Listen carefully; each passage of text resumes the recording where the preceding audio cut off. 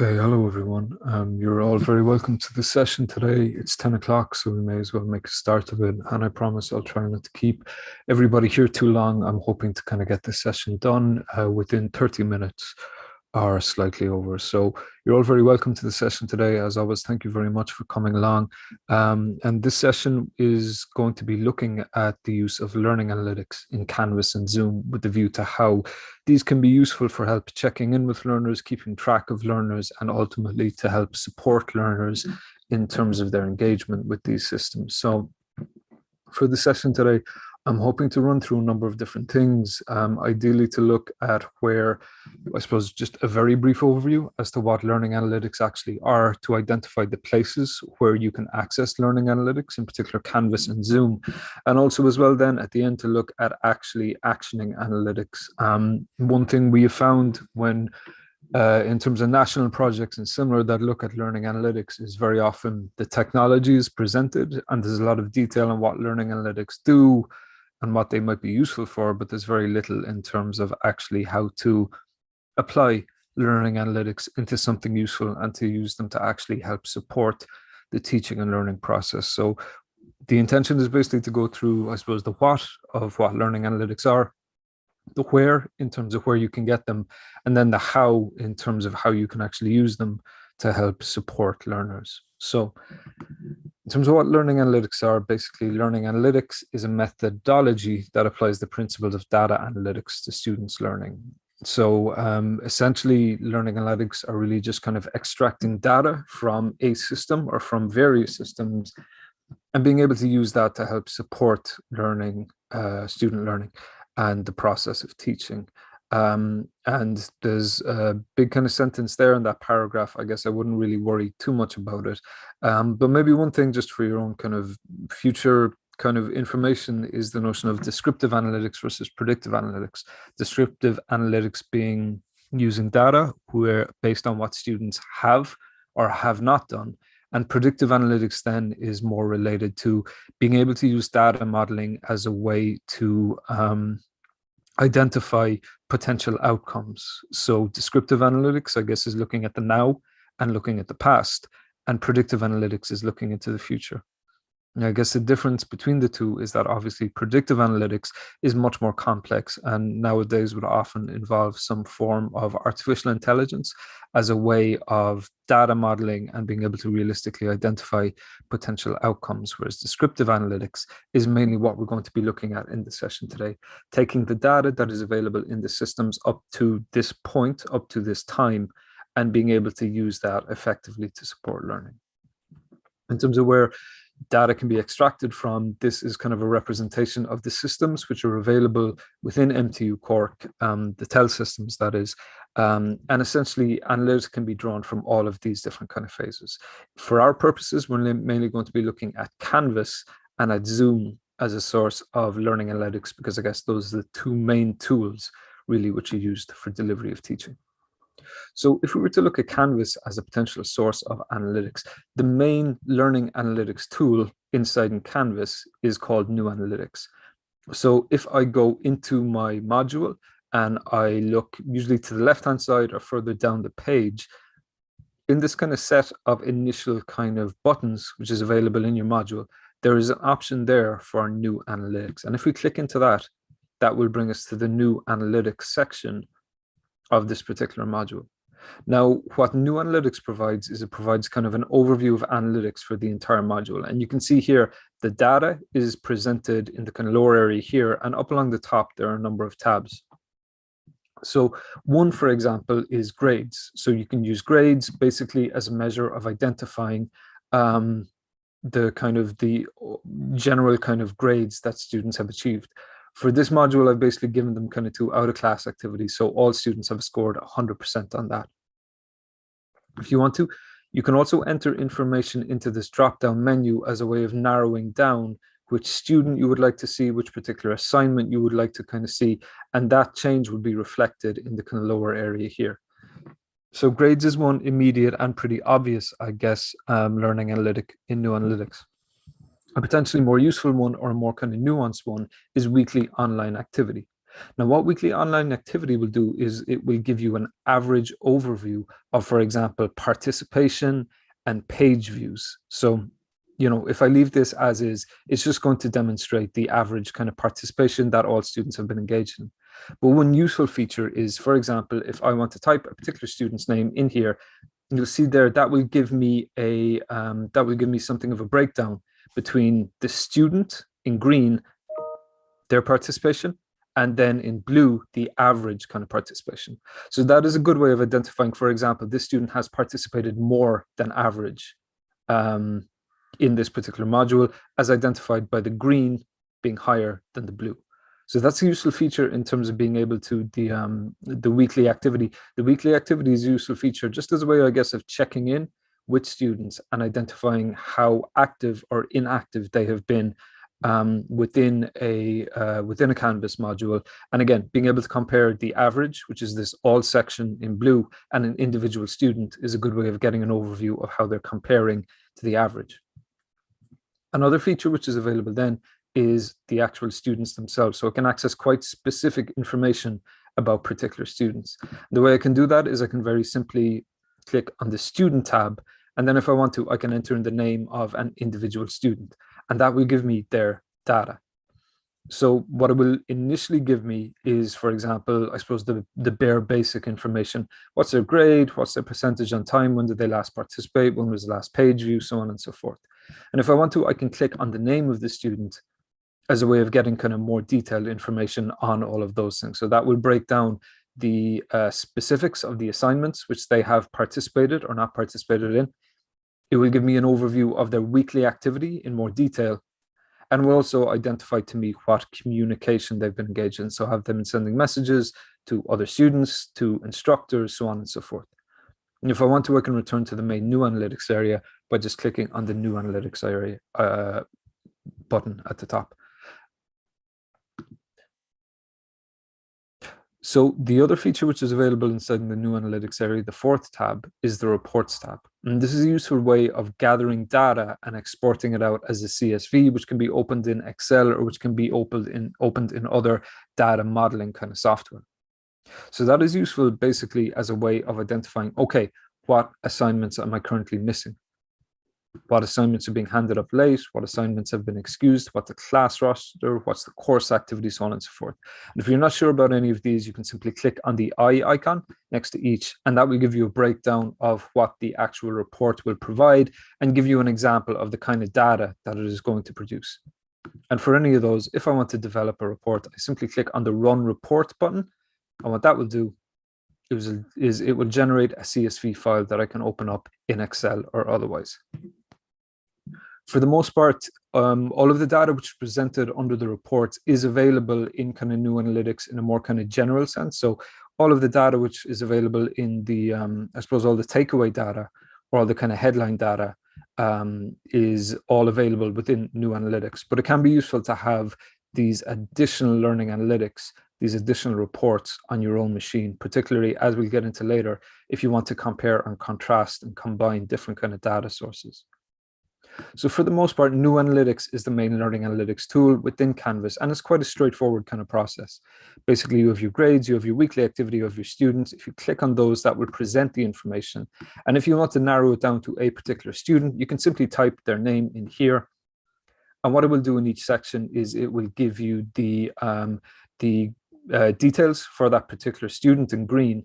And if applicable, it will also compare that to the kind of average, which will be available in blue. If you want to, you can also click on the menu option here, and you can change it from a data table to display shapes. So you have a certain degree of control then as well in terms of how you would like the information to be presented to yourself. If you wish, you can also click on this button here in any of the different tabs to simply download the information as a CSV. So new analytics really is the main tool in terms of learning analytics in your Canvas module. Now, another area where data can be gathered within Canvas, although it's something of a blunt tool, is the ability to view progress.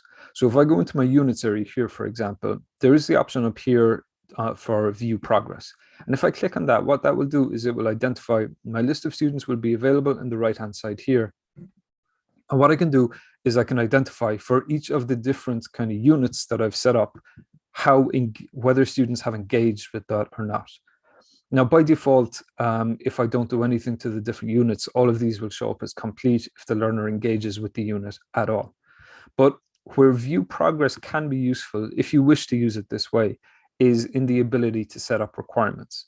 So for example, for this particular unit, I decide, okay, I want learners to identify that they've completed this unit by, let's say, looking at this particular page and marking it as complete.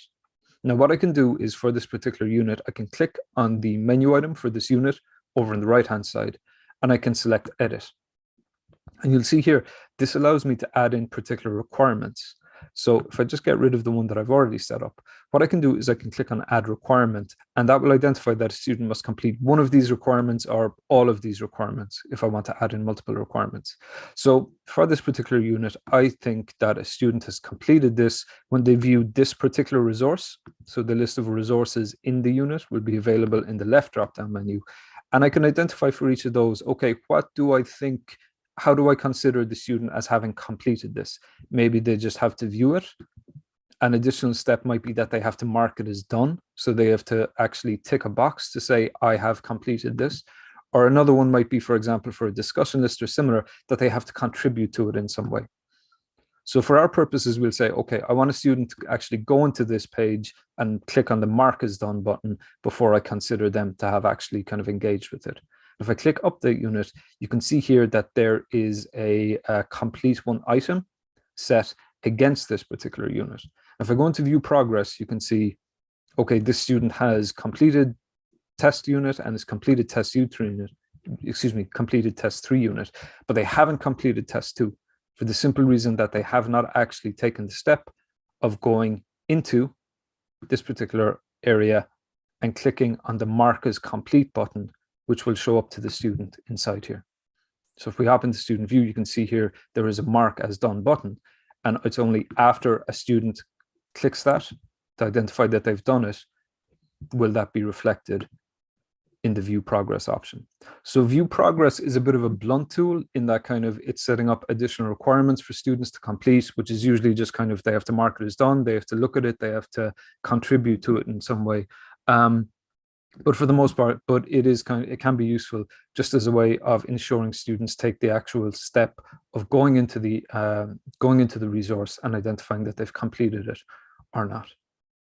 So that is the main kind of sources of learning analytics within Canvas. But an additional source is the ability to access Zoom learning analytics within Canvas. So for this, what we can do is we can very simply click into the Zoom area. And within the Zoom area, then what we can do is we can simply click on the previous meetings tab. So this is usually kind of, this will provide a list of all of the different Zoom meetings which have been completed. And if I click over here on the report item, what this will do is it will give me a meeting report. So it will identify the students who joined this meeting live, at what time they joined, at what time they left, how long they were in it, so on and so forth. And again, if I want to, I can simply click on export as .csv file to export that data, which I can open up in Excel or similar. So again, the process for that is very simply going into Zoom, clicking in previous meetings, clicking and for the meeting, which has already taken place, clicking on report, and that will give you the meeting report details, which you can use. There is also the option if you've used a poll within a Zoom session, you can also access the results from the poll report, and again, download that as a .csv file. So within the Canvas module, there's a huge amount of data already available. I can access the new analytics to get all of the data we looked at earlier in terms of course grade, weekly online activity, to run particular reports. And I can also, from within the Canvas module, access the Zoom data to see who attended a live meeting. An additional source of information which is available to me is if I go into tel.cit.zoom.us. And again, the way you do that is by simply going to that URL, clicking on sign in, and you'll be asked to log in using your @cit.ie email. From within here, what I can do is I can access details on who has viewed the recordings of my Zoom sessions. So from the Canvas module, I've been able to identify, I suppose, the general analytics. I've been able to identify, I had a live lecture on last week. I can see who came to that, how long they stayed, so on and so forth. If a student didn't make it, but I've recorded a session and I want to see whether students have watched the recording, what I can do is I can very simply go into the recordings area. I can click on one of the recordings, which I've made available. And what I can do from here is, if you see here, there's a button for recording analytics. And if I click into that, what I can do is it will give me information on the students who have viewed that recording. So this presents, I guess, the average in terms of how many times the recording has been viewed and when it was viewed. And if I scroll down the page a bit, what that will do is it will provide me with details of individual students. So identifying, if I click by view, which student watched the recording, when they watched it, how long they watched it for, so on and so forth. And again, if I want to, I can export that as a .csv file, which I can open up in Excel or similar. So again, the process for that is to go into, to log into telcit.zoom.us, to go into the recordings area, click on a recording, click on recording analytics, and in particular, the option to go by view will identify which students watched it, when they watched the recording, so on and so forth. So between the Canvas module, we've details of what students have been engaging in Canvas, which students attended the live Zoom sessions, and from telcit.zoom.us, which students have watched the recordings back. So in terms of actioning learning analytics, one of the useful features is the ability, as you would have seen for a lot of these, is the ability to export that data as a .csv file. Now, why that is particularly useful, as we'll get into in a moment, is because that allows us to actually compare and contrast and build up quite a comprehensive view of what students have engaged with, what students have not been engaging, so on and so forth. But maybe just before we get into that, in terms of actioning learning analytics in Canvas, it's genuinely quite a straightforward and kind of useful process. So we have all of these data tools. How can we actually use them to support the teaching process? Well, one immediate way of doing that is to support students who scored poorly in an assignment. And the way that we can do that is very simply, if we wish to go into our module and we go to the learning analytics area. So in this scenario, I have presented an assignment to students. They've all submitted. I've given them their marks and feedback. Some students did well, some students did badly. Well, what I can do as a way to support students who maybe didn't do great is, if I go into learning analytics, what I can do under the grades area is I can identify, let's say, the particular assignment. So I'm just going to click in the drop-down area here, and I'm going to select the assignment, one particular assignment in question. What I can do then is I can click on this inbox icon. And what that will do is it will basically allow me to message the individual student who submitted against that assignment. So that's a useful feature of being able, a useful way of being able to contact an individual student quite quickly and easily. But a more useful feature then is, if I come in here and I click on message students who, this button here, what that will allow me to do is basically, sorry, I'm just going to go into a more populated unit. I'm going to go into new analytics. And what I'm going to do is I am going to, under grades, look for a particular assignment and then click on message students who.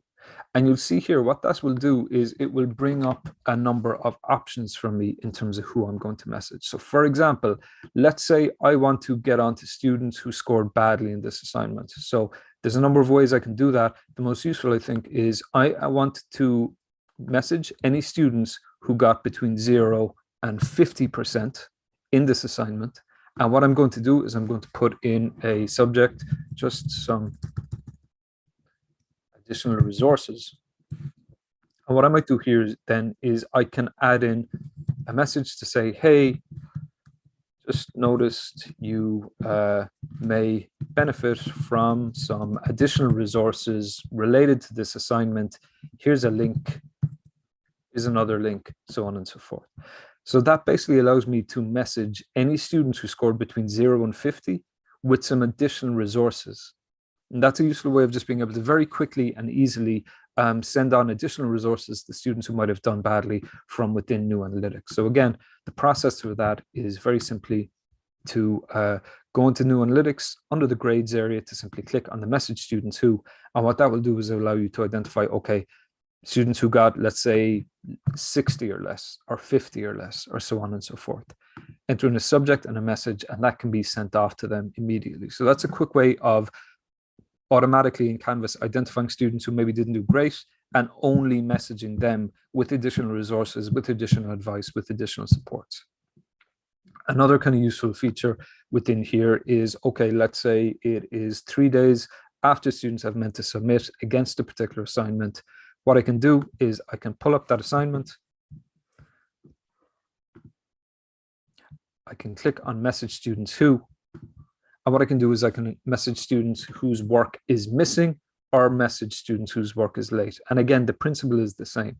Let's say I want to send a quick message to any students who haven't submitted against a particular activity. I simply bring up the assignment. I click on the message students who, and if I click on the late tab, any message that I put in here will only be sent to students who are late in submitting or whose work I have not yet received.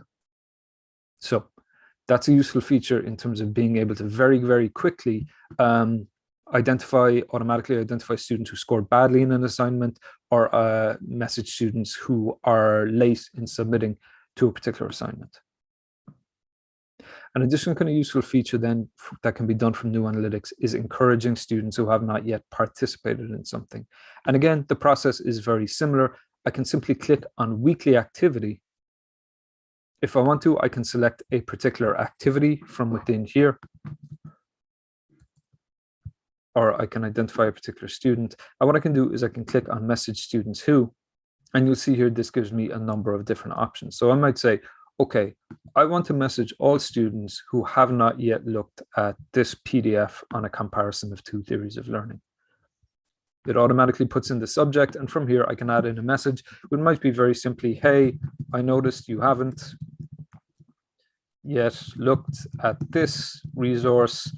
This is very useful for the upcoming assignment. I'd strongly encourage you to take a look at it, so on and so forth, and press send. And you can see here, it's automatically identifying students who have not yet viewed this particular assignment.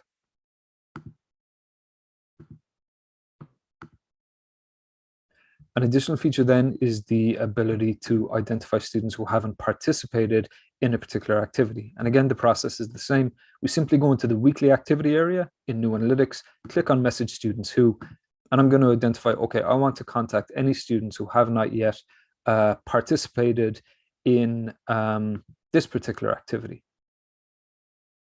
And again, the principle is the same. There's a subject. I can put in a message to say, hey, I noticed you haven't yet participated in the activity. I would strongly encourage you to do so. You get more benefits from the module when you engage with other students, when you give each other feedback, so on and so forth. So something like this is particularly useful, for example, if you have a discussion or if there's a particular collaborative activity that you want students to engage with. But both of those kind of processes are available from within New Analytics. They can be done very, very quickly and very, very easily. So I can very quickly and easily get onto students who didn't do great in an assignment or encourage students who have not yet participated. And I guess all of this has the benefit of being able to, I suppose, just prompt and nudge and remind students. So it's a very useful way of keeping students engaged, of just sending them little prompts, little kind of reminders, which again can be done very, very quickly in 2 or 3 minutes or less, just by going into New Analytics, message students who didn't view this resource. Hey, be sure to view this resource. All of that can be done very, very quickly and easily. And I suppose there is benefits in terms of encouraging students who haven't participated, sending additional resources to students who maybe didn't do great. But the other kind of broader kind of benefit to this is it is engaging with students. It is sending students, I suppose, something of a reminder, something of a notification that you are paying attention, that you are trying to encourage them to take part, that what they are doing or are not doing is in some way visible. And I guess, again, as a way of encouraging them, as a way of reminding them, as a way of keeping them engaged, the process of sending those little prompts, those little reminders, it is just an additional kind of benefit and an additional kind of support to students to help them kind of, remain encouraged to kind of participate, to redouble their efforts if they haven't done very well in an assignment, so on and so forth. And there is something of a personalized element to it by virtue of the fact you're contacting them specifically because they may not have done great, because they may not have participated in something yet. Something which is a slightly more kind of complex use of learning analytics then might be as a way of identifying at-risk students. So if you remember, for all of the different elements that we looked at in terms of the class roster, the meeting report in Zoom, the recording report, there is the ability to export the data from all of those analytic sources as .csv files. So one useful kind of process I have found, because this is something I do myself, is just getting into the habit, I suppose, in general, of kind of checking in with the analytics, but in particular of maybe keeping something of a log between these three elements. So as we saw, I exported the data from the class roster, from the meeting report in Zoom, from the recording report in telcat.zoom.us. And what I've done here is I have basically brought all of these together as an ongoing kind of resource. And basically every time there is a Zoom session or a resulting recording, what I can do is I can basically take the class roster just to give me all the student names. I can take the Zoom meeting report to show whether students attended and how long they were in the session. And I can take the recording analytics to see which students have viewed the recording and how long they've viewed the recording for. And what this allows me to do, and obviously you can include other data here if you so wish, from example, from the Canvas kind of weekly activity and so forth. But what the combination of this data allows me to identify is to identify, okay, what students came to the live session, what students watched the recording and how long did they watch it for, and what students have done neither. So for example, I can clearly identify that the student didn't come to the live session, has not yet watched the recording. The student didn't come to the live session, but only watched a half hour of the recording. And through this, I am able to identify students who are obviously not too engaged with the course and who may be in danger of dropping out or not engaging fully with it. And again, all of this is really just not to catch people out, but simply to offer me or provide me with an opportunity to contact these students and just to identify to them, hey, I noticed that you weren't at the live session, you haven't yet watched the recording. I'd encourage you to try and keep on top of your coursework, because otherwise it becomes very difficult to catch up later in the semester. So the ability to export that data as a CSV allows us to combine information from different sources, which is obviously a bit more complex, although all of this is done in Excel, and I'm by no means an Excel expert. I'm sure there's other individuals out there with great expertise who would be able to do far more with this kind of information. But even just by combining the meeting report, the recording analytics, I'm able to identify students who maybe aren't really engaging very much.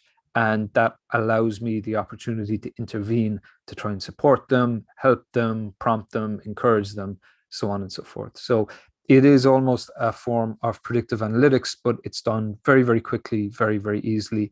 And all I really need to do with this is just every week, every 2 weeks, every 3 weeks, grab the Zoom meeting report, grab the recording analytics, throw those details in here, and that will identify to me which students are keeping up and what students appear to be dropping off.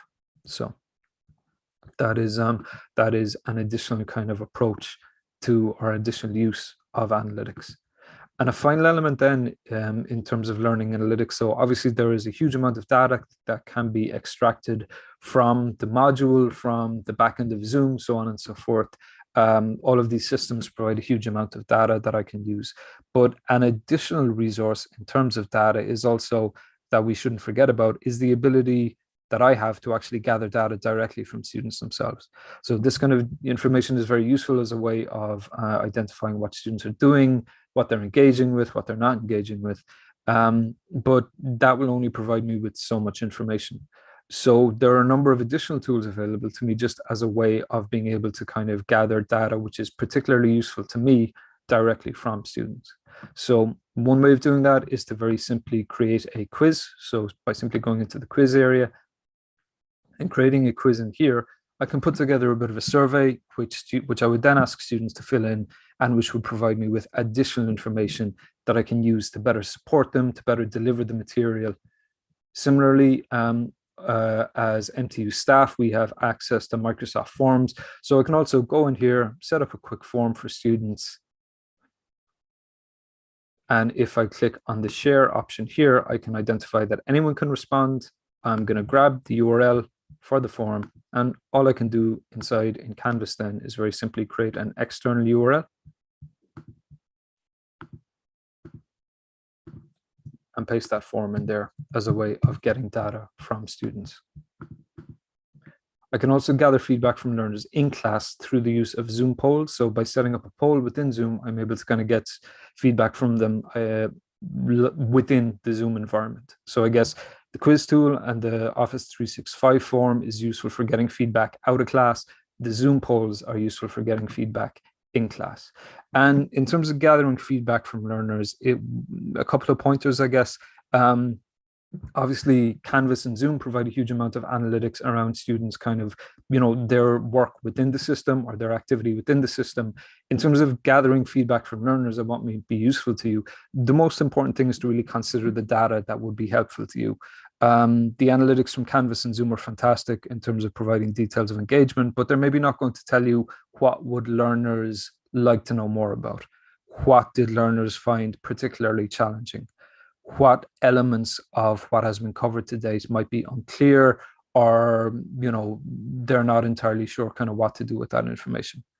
I would say try to focus on just the essential information, which is really just, I suppose, a polite way of saying not to make the forms or the kind of process of getting feedback from learners too long, too complicated. Again, as always, none of us like to be kind of filling out long, endless kind of online forms. So just trying to focus on the essential information and get that data from learners is a good kind of general kind of bit of advice.